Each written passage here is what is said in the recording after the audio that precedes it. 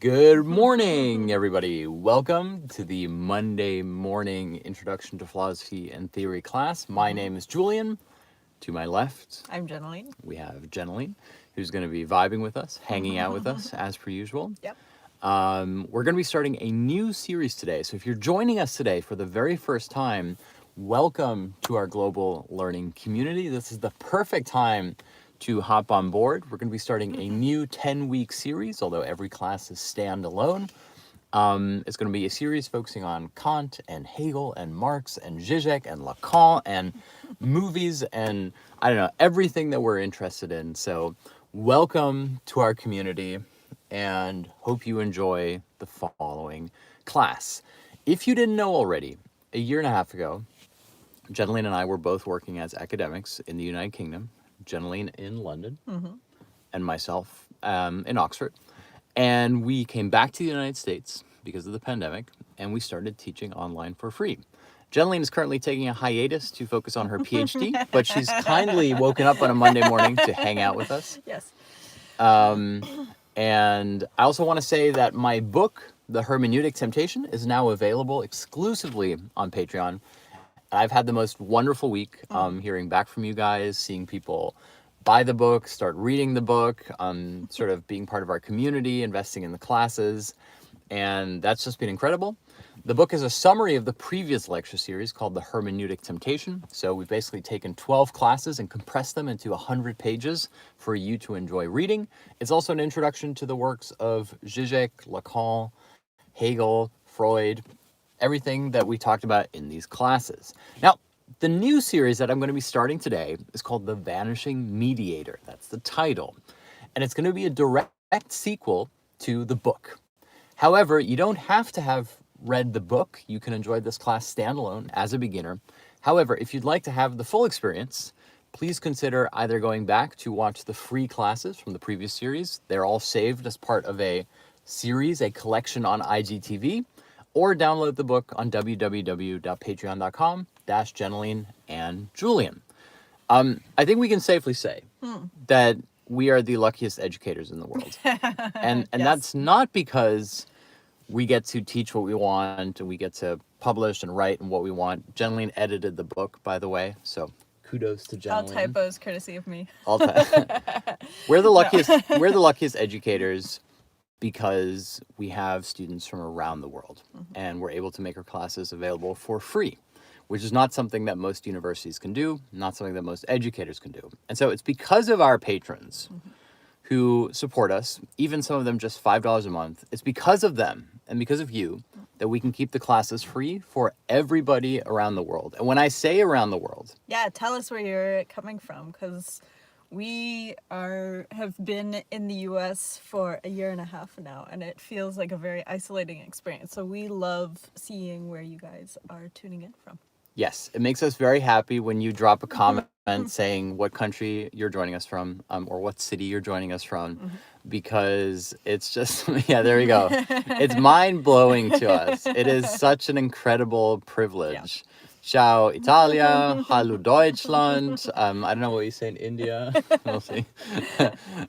So thank you guys so much. Lebanon, thank you for continuing to comment where you guys are joining us from. Thailand, it's an absolute pleasure, a real honor. We have Vienna, we have Korea. It is mind-blowing. It makes me so incredibly happy. It makes us both happy. Yeah, absolutely. So thank you for posting where you're joining us from. Keep it coming. Yeah. Okay, so let's start this new series. Let's just sort of dive right in. It's going to be called The Vanishing Mediator. And actually, I'm just like smiling here because like I like seeing like it's so wild, like all these places people are joining us from. Like it's so amazing. That's wonderful. Thank you for sharing such good vibes with us this morning. Yeah, absolutely. It's literally like everywhere on the map. It's so cool. San Francisco, guess what? Brazil, hola Yeah. Brazil. Okay, so I wanna start with an argument, and we're gonna build it up a little bit, and it's this.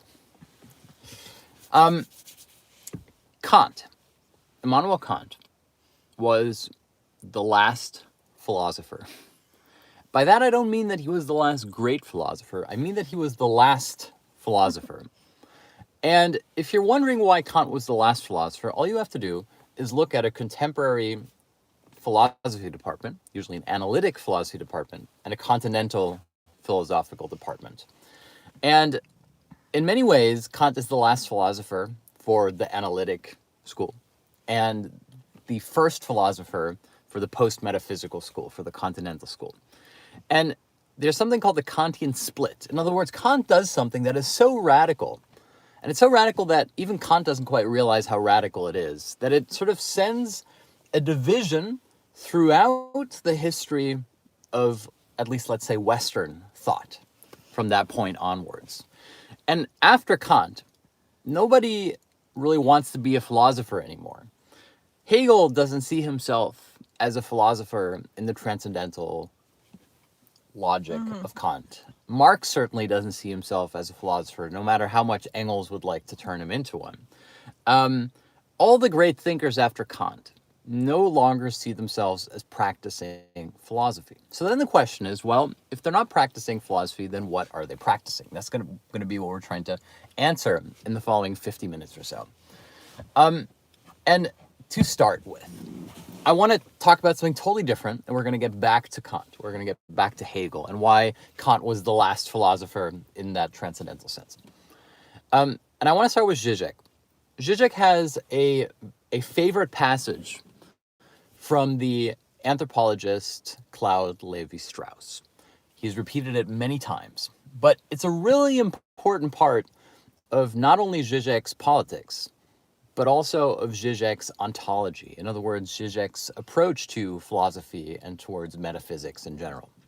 And here's how the story goes from Claude Levi-Strauss. Strauss describes a tribe living in the jungle, and that tribe is being visited by anthropologists.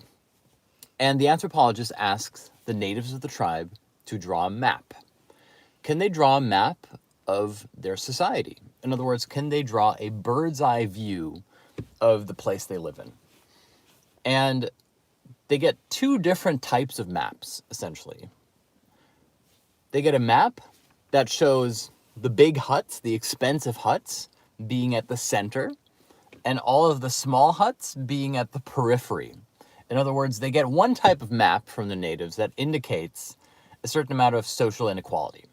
The idea being that the rich live in a cluster of sort of proto-urbanity, and that the others live in a slum around it.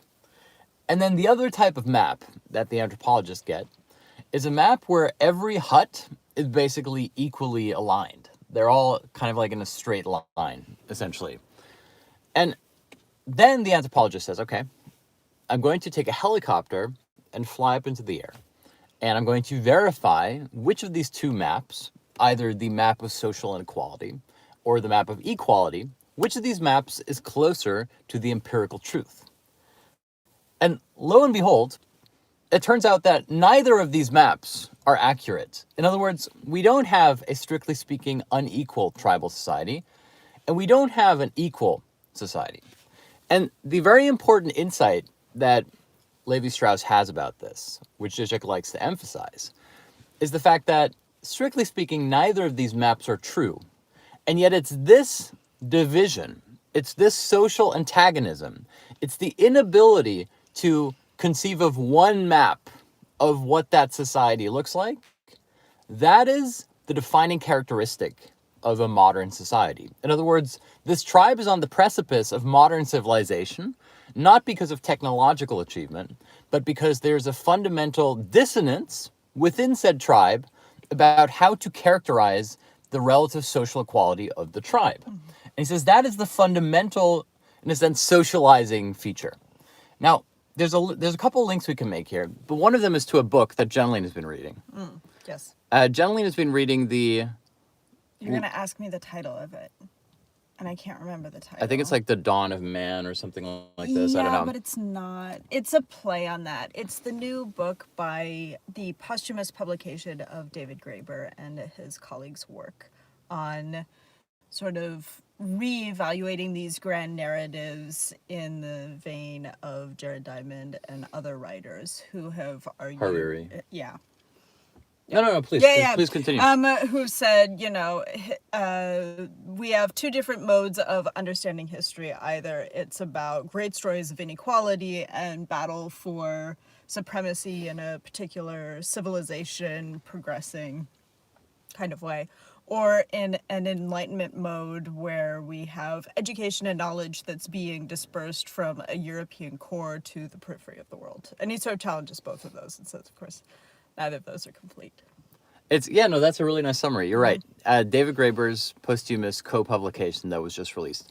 And it's funny because the central thrust, as you already put it, of the argument that he makes is that we often think that civilization inherently comes with inequality, and that the price to be paid for a higher form of life is a hierarchy that, in a sense, rewards some and, you could say, punishes or leaves others out. Well, that hierarchy is inescapable. That is such a inherent human trait. That is the only justification for being in society and civilization. And as soon as I read the David Graeber introduction, I immediately felt like, as much as I'm sympathetic to his argument, I felt like he was missing the Straussian, Adornian dimension, which is that what makes a society is not that it is either justifiably unequal or that it could be more egalitarian. What makes a society is that dissonance. It's that spectral distortion of what the society is. Adorno has essentially the same problem that David Graeber is describing. Adorno says there's two camps when it comes to trying to explain the rise of civilization. Either we have the camp of individualists who say that civilization goes hand in hand with Enlightenment values, with the drive to pursue individual profit and pleasure and motives, which would mean that the more civilized we are, the less collective we are. Or we have the collectivists, to which you would, in this case, count David Graeber, who argue that it's a false dichotomy between civilization and egalitarianism, that in fact there were societies that existed that were highly developed and yet also highly egalitarian. Adorno's answer to that is the same as Claude Levi-Strauss's answer, which is to say that neither of those perspectives are true. Neither the egalitarian collectivist interpretation of society and neither the individualist interpretation of society. Instead, society is precisely that some people, usually the wealthy, see society as a place of equal opportunity, and those people who aren't wealthy see society as being inherently unequal. So there's a couple of things that are happening here that are kind of interesting. First of all, why is Zizek so enamored with the idea that Levi-Strauss has about the two tribes? There's two reasons. There's a political reason, and then there's a philosophical, ontological reason. The political reason works like this. Zizek argues that in the division between left and right, on the political spectrum we usually think of left and right, that to conceive of your society in terms of left and right is already a left-wing gesture. In other words, it's the left-wing person who conceptualizes society as being about between left and right. And vice versa, Zizek says that to think about society as being on a spectrum in which the center holds, in which the center has superiority, in which both left and right are a deviation from the ideal middle, that is itself a right-wing gesture. Now, to understand what he means by that, all you have to do is to go back at the logic of the Levi-Strauss story. Remember, in the Levi-Strauss story, we had two camps in the tribe. One camp draws a map that presents an equal society. The other camp draws a map that presents an unequal society. Remember, neither of them are strictly speaking true. However, the poor, the relative marginalized community within that tribe frame society as being about inequality. That is the master signifier of their interpretation. Whereas it's the wealthy who draw the map that presents equality and centrism as being the fundamental principle of said society. And what's important to see here is that both of those are, in a sense, distortions. Both of them rely on a master signifier. One of them on the false universal of equality, of centrism, and the other one on the false universal of everything can be reduced to inequality, class conflict. Now, this is actually where you can start making the ontological leap away from the political. Because Marxism, at the end of the day, is nothing less and nothing more than the repeated and continual attempt to highlight and point out false universals. In this case, if you look at the left-right centrist divide, the position of the centrist is a false universal. In other words, you're saying the universal condition of society is the center, and to be left or right is a deviation from that. Now, as soon as you point out the falsity of the universal and the ideology that goes into underpinning that universal, which traditionally would have been called bourgeois ideology, as soon as you point out that it is a false universal, you are already on the left, because now you see society not as being a center from which a right and a left emanates. Now you see society as being left and right, in which the center is posited as a false universal. And so from an ontological perspective, we have a very important difference here. And the difference is this. Within the centrist framing, within the framing of the right, within the framing of what Marx would call the false universal, we begin with the center. And from the center, you either go to the right or to the left. From the leftist perspective, there is no center to begin with. From the leftist perspective, the center is symptomatic. In other words, between the inequality from the left and the right, which is disavowed, the center emerges as the manifestation of that disavowal. In other words, as the false universal. And so here we have Zizek's theory of the political left and right, which has an ontological dimension, which is there an a priori center around which we have deviations? Or do we have antagonism, social struggle, which is the a priori, from which retroactively the illusion of the center emerges, which are two radically different positions. Is that an interesting idea? I hope. Does that make sense? It really resonates. I think it really resonates well because I think that there's a lot of ways that we intuit the problems with centrism and the notion of central thinking and where the political center is, especially in a highly polarized world, and to see the whole framework of a center with spokes emanating to the right or to the left is itself a kind of framing device that doesn't necessarily reflect what's happening. And you're right to say that the larger political struggle is the framing of what does center actually mean.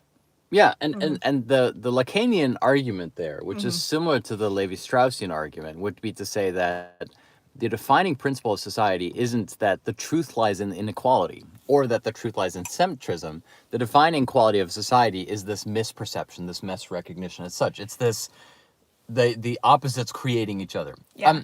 And that's I mean, I'm going to say one last thing about the David Graeber book because I haven't finished it yet, but I think that is one of the more really interesting arguments that he makes, is that the discussion about economic inequality is already seeding that centrist ground. It's already seeding the ontological ground over the debate on the kind of economic but also opportunistic inequality we face, especially in the United States, but in many places. And I think is really, really interesting because a lot of the discussion on the left is how can we make people more aware of inequality? I think people are already plenty aware of inequality.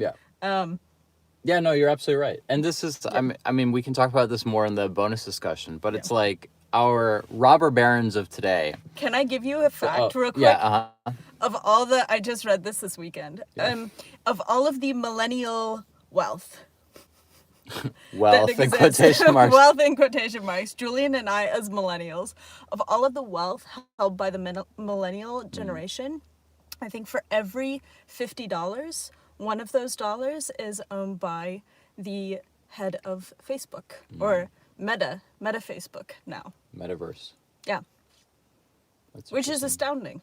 Anyway, but it's things like that. It's like, how do we talk about inequality that isn't just outrageous, shocking, but what is the framework of inequality that prevents us from seeing the structural problems? Yeah. No, I agree with you. No, it's really interesting. This is the part of the class where we say, Jeneline, teach us about this. We want a class. We want Jeneline serious. There it was, mini class. All right, go for it. Okay, so I'm going to make a leap here, but it's still very much a continuation of the argument. Now, when we talk about this idea of society and the way in which we conceive of society, in other words, what is the dominant frame for us of society? Is it equality? Is it inequality? There's a very interesting idea that the philosopher and literary critic Frederick Jameson has. And Frederick Jameson has a concept which he calls the vanishing mediator. The vanishing mediator also being the title of this series, what we're going to explore in more detail. And Frederick Jameson looks at a specific historical situation, and it's the relationship between Calvinism and industrialization. And he links the way in which Calvinism presents certain individualized virtues, such as hard work, such as sacrifice, such as thrift, such as putting aside, immediate pleasure on behalf of later rewards, etc. And so the moralization that is implicit within the Calvinist individualist ethic, and he relates that to the emergence of industrial society. Now, what's really, really important here, I cannot stress this enough, is that Jameson's insight is not to say that the Calvinist ethic, which Max Weber famously calls the Protestant ethic, goes straight into industrialized society, that there's a direct transition. It's not to say, oh, Calvinism created industrial society. That would be silly. Instead, he has a much more sophisticated argument, and it's this. What happens with Calvinism is not that secular life becomes more religious. It's also not that religious life becomes more secular. Instead, what happens between religious life and secular life in that era, 19th century, is that secular life becomes so religious that it no longer considers itself religious. And the word for that society is capitalism. The system of capitalism imbibes the Calvinist and Protestant ethic and doesn't just universalize it, but makes it the standard by which the original catalyst fades away.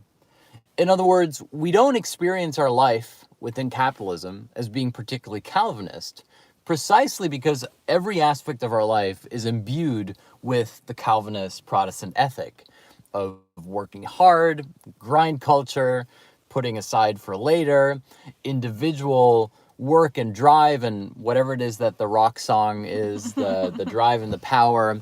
And so what's really important about Frederick Jameson's point here isn't to say that capitalism is secretly Calvinist or secretly Protestant. It's to say that what happens is that the Calvinist ethic becomes so universal and so universally imbibed within the capitalist work ethic that in a weird way, it's actually Calvinism that fades away. Religious life becomes universalized in capitalism, and thereby it fades away. Thereby secular life is now secular, but we treat it as if it were religious. And of course, this is an argument that, for example, Thomas Frank has made repeatedly, that our participation within a capitalist framework is borderline religious. It's the argument that Walter Benjamin made, that capitalism is a kind of cult, that the way in which we participate in capitalism has less to do with cognitive, material, rational, empirical, enlightenment attitudes, and more to do with an almost zealot-like attachment to the principle of the profit motive. Well, you think about even like the role of superstition, which doesn't get acknowledged in commercial activity, but even, animal spirits in investment, for example, is very much, yeah. And what's important to say here isn't that capitalism has ruined religion or that religion has taken over capitalism. The point is that capitalism exists only, according to Jameson, as a form of disavowed religion. In other words, religion that is both universalized and at the same time emptied out of its formal positive content. And that is what Jameson calls the vanishing mediator. He says that Calvinism in this case is the vanishing mediator. It becomes the catalyst for an enormous world historical shift in how we perceive our relation to the world. And yet the thing that causes the catalyst becomes so universal that we no longer remember it. This is also, strictly speaking, why Hegel said that the secrets of the Egyptians were secrets to the Egyptians themselves. Because we cannot predict what future historians will find mysterious about our life. In other words, the beginnings of the future, the catalysts of our future life are already here. They're already amongst us. It's like the famous X-Files slogan, right? Which is they're already here. The truth is out there. The truth is Yeah. out there. It's already here, but we can't see it. We cannot anticipate how the future is already embedded in our present. Now, what's important here is that from an ontological perspective for Hegel, Hegel is not the philosopher of hindsight. When you look at Hegel's famous expression, the hour of Minerva takes flight at dusk, it's not to say that you can only know things once they've already happened. It's not to say that you're always arriving too late at your own party. It's to say that there is no strict temporal division between the present and the future. The future is simply the mediation or the negation of that which is currently disavowed in the present. This is also why Marx is very much within the Hegelian framework. Marx simply argues that this isn't something that happens purely on the abstract level of philosophy. This is something that happens on the material level of the way in which societies and classes and consciousness thereof is shaped. Okay, let's take it a step back for a moment. But I think this is an interesting idea that Jameson has about the vanishing mediator. Because there's something very similar that happens within philosophy, in the history of philosophy. You will remember that I said that Kant was the last philosopher. In other words, that Kant did something that was so radical that it undermined the very foundations of philosophy itself. Now, it's really important to note that Hegel's quote-unquote correction of Kant and his quote-unquote critique of Kant isn't to go beyond Kant, isn't to say, here's what Kant missed that I'm going to do to show why I'm the greater thinker. Hegel simply points out just how radical Kant is. It's almost like Kant, and something Zizek has argued as well, that Kant doesn't quite fully realize how monumental his own insights are. And this is true for most, again, according to Hegel, this would be true for all thought, is that we fail to realize what's so important about the moment that we live in. And it will be future historians who will puzzle over the fact that we didn't know what was so important that was already happening. Well, and it's interesting how prevalent that is in the history of scientific discoveries or technological development, that something will arrive or be innovated, and yet the person who comes up with it doesn't necessarily understand the potential for what they've discovered, and it takes someone with a different frame of reference or a different perspective to optimize, in a sense, what that is. Yeah, exactly. We never really know the import of our own actions and our own ideas, right. Which isn't to say that they're random. That's that would be a different argument. So let's take a step back for a moment and let's talk about what makes Kant so important, what makes Kant so radical. And let's just take it step by step. And the best way to start with understanding why Kant is so radical is to start with Hegel. Hegel has an idea, which Zizek has repeated many times, about Christianity. And Hegel says that in the scene of the crucifixion, what dies on the cross is not just Christ, is not just Jesus. What dies on the cross is the idea of God above. In other words, what dies on the cross is the transcendental dimension of the Christian faith. In other words, what dies on the cross is the idea that there is some higher almighty deity who is omnipotent to the extent that he can interfere or interact with what is happening on the ground. If Christ is the boots on the ground, God is not the drone operator. He cannot simply interfere. Yeah. And so Hegel says that what dies on the cross is the God of beyond. It's the higher God. It's the transcendental dimension of the relationship to God. Now, of course, for Hegel, every problem contains its own solution. In other words, the supposed death of the transcendental God is also the birth and the beginning of a much more powerful God. It's the God of, the Trinity and the God of the human community, all of which we talked about in the previous series. Now, the reason that this is where we should start with Kant is that Kant still believes in this higher God. Immanuel Kant still believes in the transcendental God, which also means that Immanuel Kant believes that philosophy should be the pursuit of a form of transcendental knowledge, which isn't reason. Why is it not reason? It's because for Kant, reason isn't the way that we access the God of beyond, the higher God. Instead, reason is the barrier that prevents us from knowing the higher form. The higher form is what Kant calls things in themselves, das Ding an sich. And the problem that Kant has is that we want to know things in their pure form, in their transcendental form, in their higher form. And yet, as soon as reason becomes involved, it becomes messy. And when I say messy, Kant says antinomies.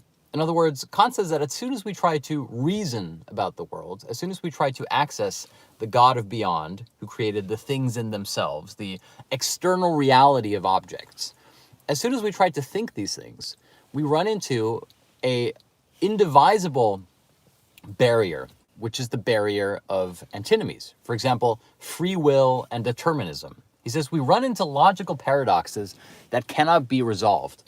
And so it's very important to note that the antinomies that Kant talks about are, in a sense, barriers. They're barriers that keep us away from divine knowledge, that keep us away from the God of the beyond. And so if you imagine God being up there, there's a big gate, and the gate that prevents us from going towards God is the gate of human reason itself. Kant says that there is a limit to what we can know because reason prevents us from getting to pure knowledge. And so in a weird way, Kant is very anti-reason in this sense. It's also why, it's also how you should approach Kantian ethics.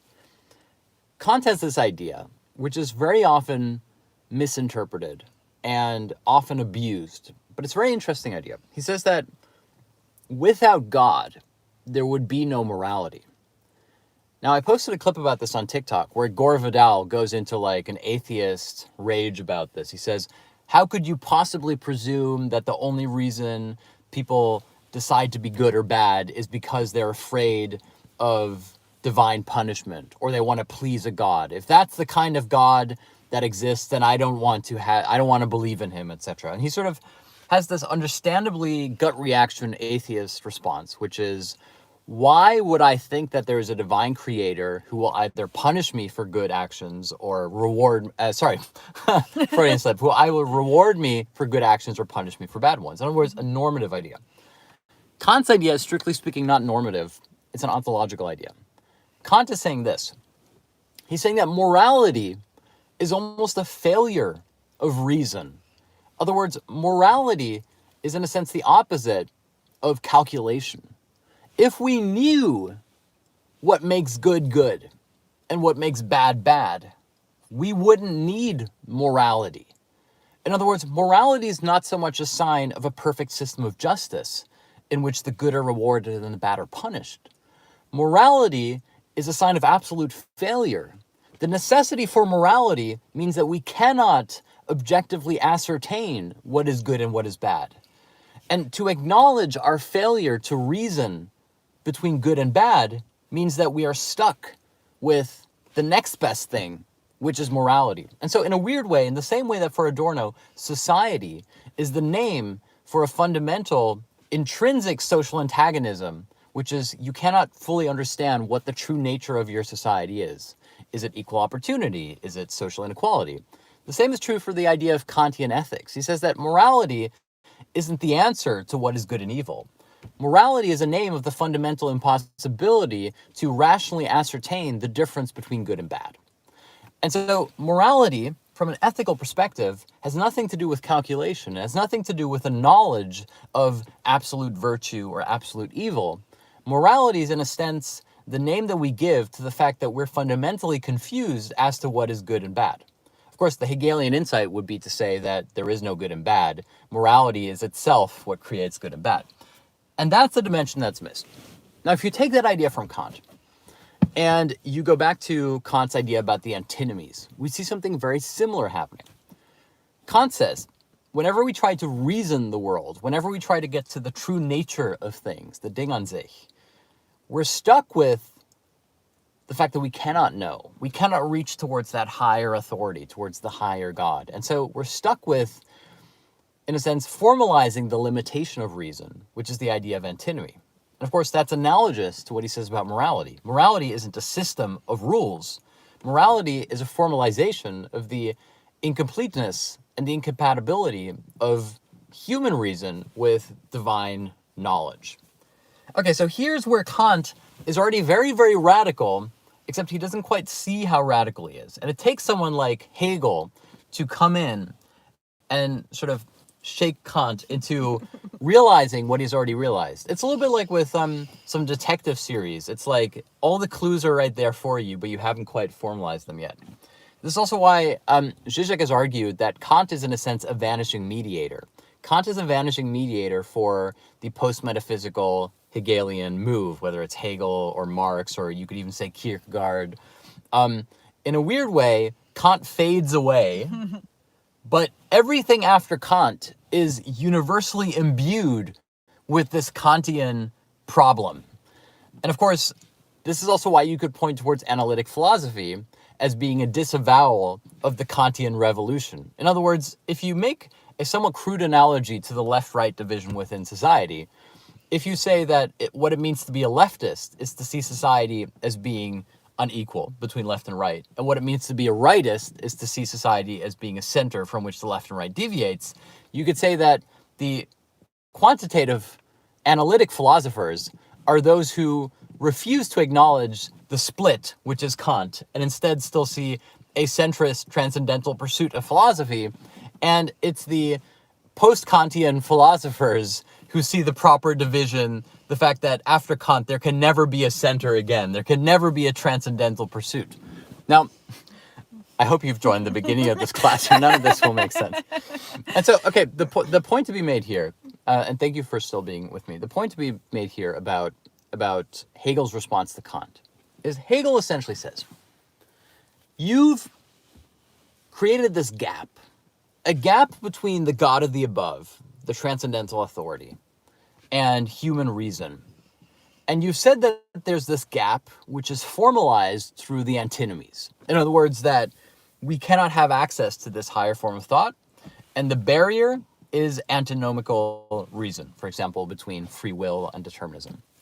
And Hegel's insight is simply to say, what you experience as a gap, as an insurmountable obstacle, is in fact external reality. In other words, what Hegel points out is that external reality isn't behind the antinomies. External reality is within the antinomies itself. And so what appears as the fundamental obstacle to external reality, towards higher dimension of knowledge, is already in the antinomies itself. In a very analogous way to what Claude Levi-Strauss says about the tribe, towards what Adorno says about society, it's that rather than saying this tribe is not modern because it cannot decide whether it is unequal or equal, instead of seeing that as the barrier, it is actually the truth of that society. External reality is in that perceived obstacle. That is the essence. The essence is not behind the barrier. The essence lies within the barrier itself. And so what Kant does not do, and I'm sorry if I'm being a bit smug here by referencing my book, Kant does not resist the hermeneutic temptation. In other words, Kant is still engaged on the transcendental level where he believes that behind the barrier of the antinomy, there is some external reality. And the Hegelian insight is simply to point out that the external reality, the dimension of essence, in the division between essence and appearance, lies precisely within the antinomy. Now, finally, you should be able to see why this is so important also for Zizek. Because what Zizek always does is that he takes the Hegelian Kantian edifice and he simply reads it through Lacan. Because, and I'm not going to repeat what I did in the previous series, but Lacan takes the classic division between essence and appearance and says they're not actually divided. Instead, essence only appears through appearance. In other words, essence only appears through the thing that appears to be its barrier. This means that for Kant, the antinomy, which for Kant is appearance and not essence, is the only way in which essence emerges. This is also precisely why the Marxist hermeneutic is to point out the false universalizing gesture, which is to say, the Marxist hermeneutic is always to say there is no essence behind appearance, the essence lies within appearance. And so one of the things that Lacan does, and if you follow the previous class, you will have noticed that there's one Lacanian idea that I avoided entirely, which is a Lacanian idea that will be the fundamental core of this series. Lacan calls this the real.